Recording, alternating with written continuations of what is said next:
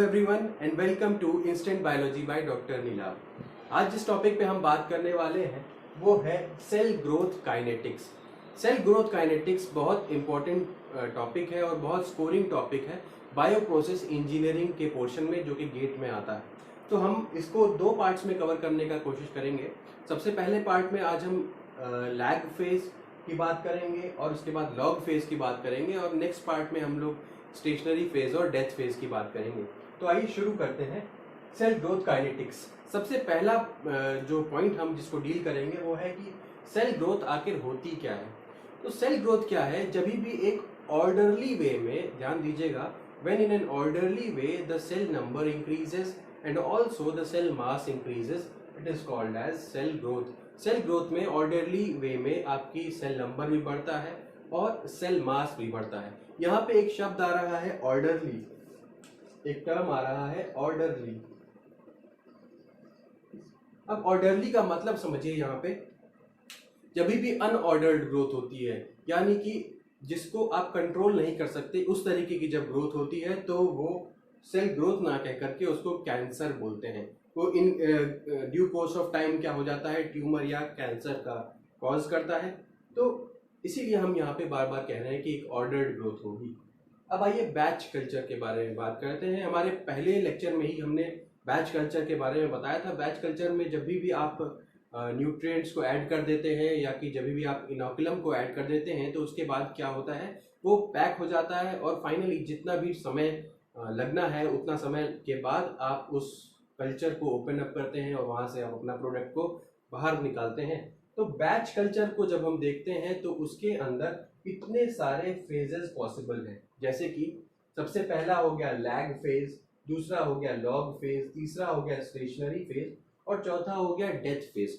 अब ये फेजेस, इतने सारे फेजेस क्यों हैं, ये जानना जरूरी है। देखिए, इन सभी फेजेस में जो ग्रोथ रेट है, यानी कि सेल्स के ग्रोथ का जो रेट है वो अलग अलग होता है। इसीलिए इतने सारे फेजेस को यहाँ पे बनाया गया है, lag phase, log phase, stationary phase और डेथ फेज। तो इन सब में वेरिएशन होता है, किस पे, ग्रोथ रेट के बेसिस पे वेरिएशन इनके अंदर देखा जाता है।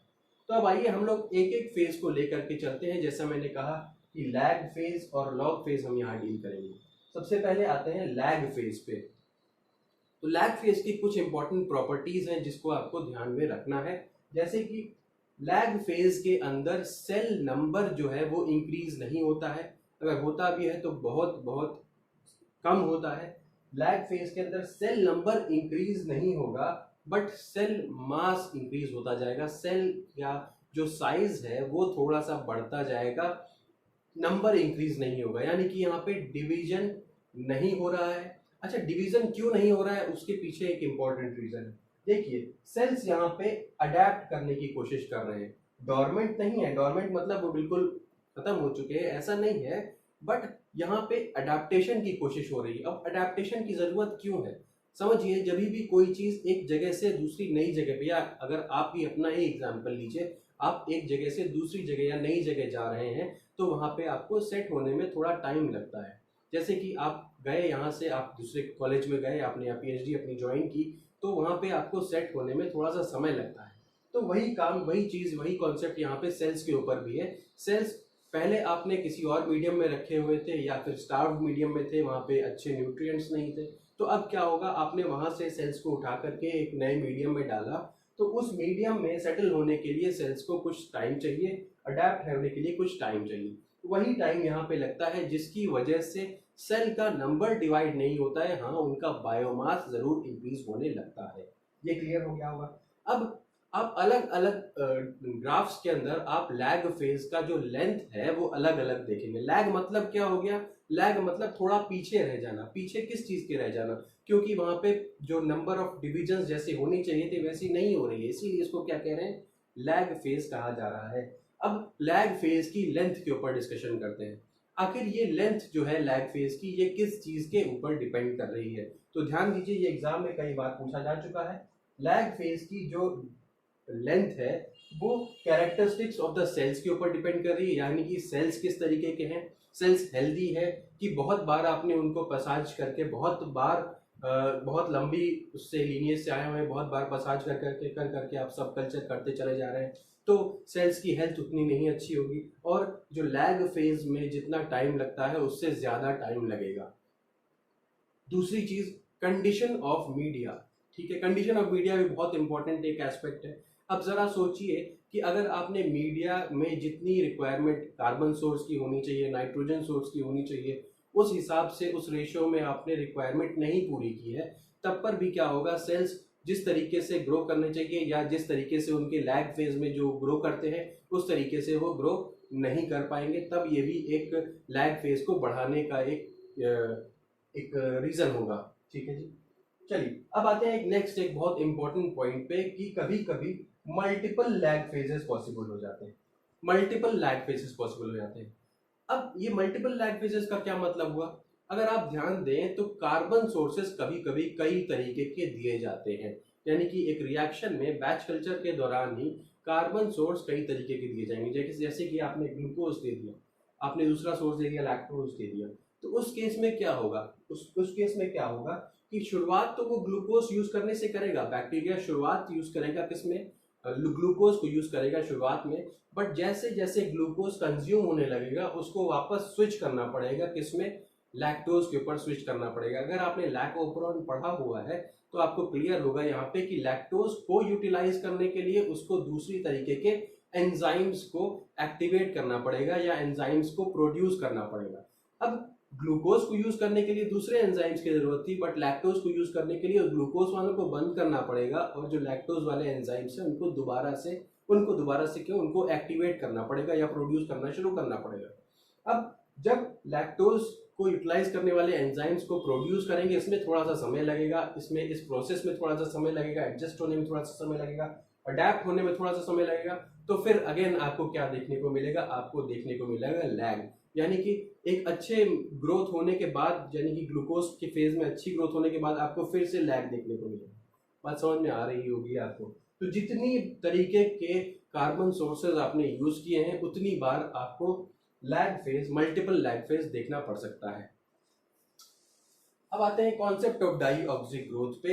ये डाइऑक्सिक ग्रोथ भी आपको जो लैग फेज की बात की उसमें देखने को मिल सकती है। डाइऑक्सिक ग्रोथ मतलब दो तरीके की ग्रोथ, डुअल तरीके की ग्रोथ। उसमें क्या है, जैसे कि मैंने अभी अभी आपको बताया कि आपका कार्बन सोर्स जो है वो दो तरीके का है या उससे भी ज्यादा है, तो आपको डाइऑक्सिक ग्रोथ दो अलग अलग मीडिया जो आपने, दो अलग अलग कार्बन सोर्स जो आपने यूज किए हैं उसके हिसाब से दो अलग अलग ग्रोथ आपको देखने को मिलेगी। तो यही एक है इसका कॉन्सेप्ट है डाइऑक्सिक ग्रोथ का, बहुत इंपॉर्टेंट है और एग्जाम में कई बार ये पूछा जा चुका है कि डाइऑक्सिक ग्रोथ आखिर होती क्या है। तो दो अलग अलग अगर आपने सोर्सेज यूज किए हैं तो उसके हिसाब से जब ग्रोथ होती है then it is called as diauxic growth. चलिए अब आते हैं नेक्स्ट फेज के ऊपर, लॉग फेज और ग्रोथ फेज। बहुत इंपॉर्टेंट है। अब अगर आपने सोचा कि अब आपने एक नई यूनिवर्सिटी ज्वाइन की, आप पीएचडी करने के लिए गए हुए हैं, शुरुआत में आपको वहाँ पे अच्छा नहीं लगेगा, शुरुआत में आपको एडजस्ट होने में, अडेप्ट करने में टाइम लग रहा है, या आपने एमटेक ज्वाइन किया, आप नई कॉलेज में गए हैं, आपको वहाँ अडेप्ट होने में, एडजस्ट होने में टाइम लगा, बट 10 दिन 15 दिन हो जाते हैं तो उसके बाद आप वहाँ पे एडजस्ट हो जाते हैं, आपकी ग्रोथ होने लगती है, आप चीज़ें सीखने लगते हैं। सेम वही चीज़ यहाँ पे है कि एडजस्ट हो चुका है बैक्टीरिया या जो भी आपने यूज़ किया था वो एडजस्ट हो चुका है। एडजस्ट होने के बाद अब वो अपनी ग्रोथ शो करेगा, यानी कि क्या होगा, हाईएस्ट सेल ग्रोथ रेट। जितने भी फेजेस हमने यहाँ पे बात की है, लैग फेज हो, चाहे लॉग फेज हो, चाहे स्टेशनरी फेज हो या डेथ फेज हो, इन सब में सबसे ज्यादा सेल ग्रोथ रेट कहाँ पे होगी, हाईएस्ट सेल ग्रोथ रेट होती है लॉग फेज में, इसीलिए इसका नाम है ग्रोथ फेज, इसीलिए इसको ग्रोथ फेज भी बोला जाता है। चलिए अब आ जाते हैं इसमें सेल ग्रोथ कैसे होती है ये समझना जरूरी है। अब जैसे कि हमने देखा था लैग फेज में, उसने सारे अपने एंजाइम्स वगैरह जो जो चीज़ें ज़रूरत थी इस मीडिया को यूटिलाइज करने के लिए वो सारी चीज़ें रेडी कर ली हैं, वो सारी चीज़ें बना ली हैं। अब वो उन सभी चीज़ों का यूज़ करना शुरू करेगा। जैसे ही यूज़ करना शुरू करेगा वैसे ही जाहिर सी बात है उसका सेल मास भी बढ़ने लगेगा, वो डिवाइड करने लगेगा, यानी कि सेल नंबर भी बढ़ने लगेगा। तो देखिए मास और नंबर दोनों ही बढ़ रहे हैं, यहाँ पे केवल और केवल सेल मास बढ़ रहा था, जहाँ पे सेल मास और सेल नंबर दोनों ही बढ़ रहे हैं और एक्सपोनेंशियली बढ़ेंगे। ध्यान दीजिएगा किस तरीके से बढ़ेंगे, एक्सपोनेंशियल वे में बढ़ेंगे। ये बहुत इंपॉर्टेंट है, तो ये ध्यान रखिएगा। इसीलिए यहाँ पे इसको एक्सपोनेंशियल ग्रोथ फेज भी बोला जाता है। लॉग फेज क्या है, एक्सपोनेंशियल ग्रोथ फेज भी इसी वजह से यहाँ पे बोला जाता है। तो यही पॉइंट मैंने यहाँ पे नोट भी किया है, एक्सपोनेंशियल फेजेस को बोला जा रहा है। ठीक, अब यहाँ पे एक और चीज देखनी चाहिए हमें, concept of balanced growth. Balanced growth का क्या कॉन्सेप्ट है, जब भी इन्वायरमेंटल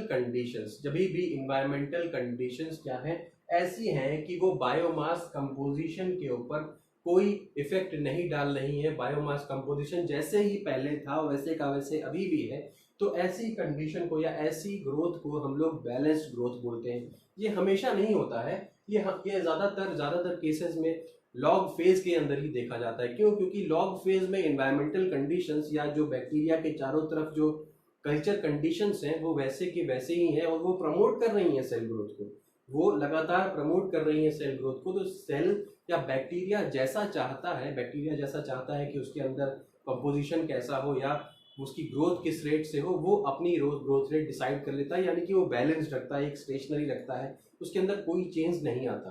तो यही मतलब है बैलेंस्ड ग्रोथ रेट का। मुझे लगता है बैलेंस्ड ग्रोथ रेट समझ में आ गया होगा।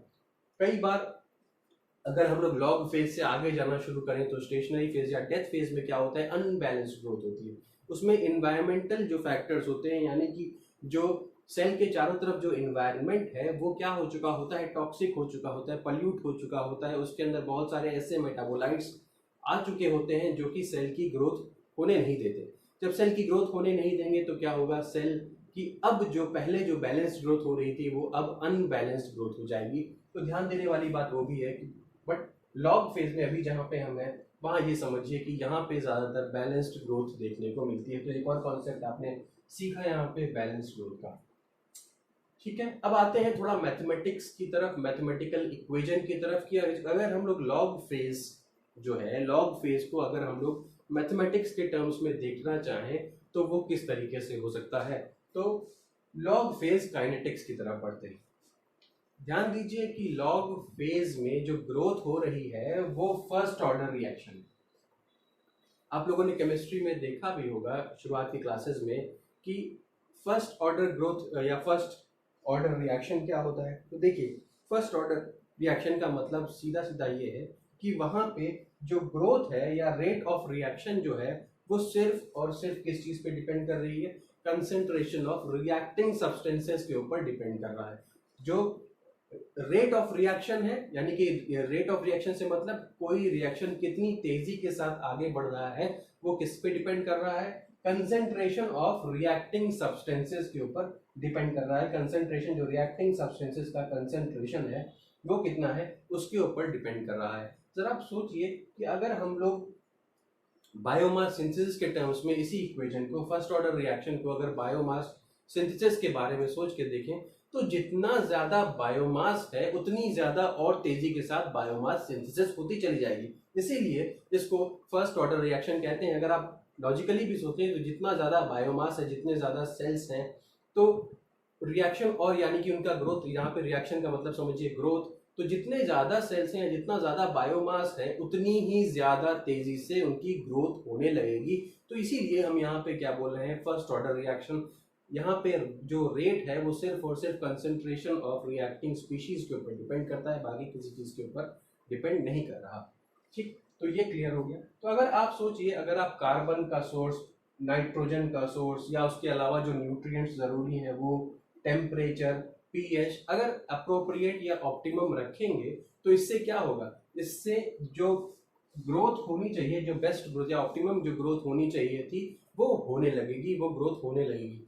इसीलिए हम इसको फर्स्ट ऑर्डर रिएक्शन बोल रहे हैं। रेट ऑफ बायोमास सिंथेसिस, ये जो बायोमास के प्रोडक्शन का जो रेट है, सिंथेसिस है, वो डायरेक्टली प्रोपोर्शनल है कि जितना बायोमास प्रेजेंट है। That why it is called as a first order reaction बोला जाता है। अब थोड़ा सा मैथमेटिक्स की तरफ आते हैं। बहुत ज़्यादा मैं मैथमेटिकल पोर्शन यहाँ पे नहीं बताऊंगा, मैं डायरेक्टली जो इक्वेशन इंटीग्रेट करने के बाद आती है उस इक्वेशन के ऊपर कंसंट्रेट करूंगा और बताऊंगा कि किस तरीके से इसके ऊपर क्वेश्चंस आते हैं। ठीक है, तो rate of cell growth in log phase, cell की ग्रोथ लॉग फेज में कैसे होती है जरा ये देखिए। R X is equals to mu X, ये एक फॉर्मूला दिया गया है कि rate of cell growth in log phase. अब जरा समझने का कोशिश करिए, आर एक्स क्या है। R X volumetric rate of biomass production, biomass production का रेट क्या है, यानी कि ग्रोथ कैसे हो रही है, ग्रोथ क्या हो रही है, तो आर एक्स उसको बोला जा रहा है volumetric rate of biomass production. Rate है तो मतलब जाहिर सी बात है कि टाइम से डिवाइड किया गया होगा यहाँ पे, तो KG per metre cube divided by hour into hour -1 इसका ये यूनिट है। ध्यान रखिए, आराम से याद हो जाएगा अगर आप समझने का प्रयास करें कि ये कह क्या रहा है। Volumetric rate of biomass production KG metre cube H minus KG m-3 h-1, और x यहाँ पे क्या है, यहाँ पे देखिए x भी यूज किया गया है। x क्या है, number of mass of cells, मतलब जो एग्जिस्टिंग बायोमास है वो कितना है, केजी पर मीटर क्यूब है।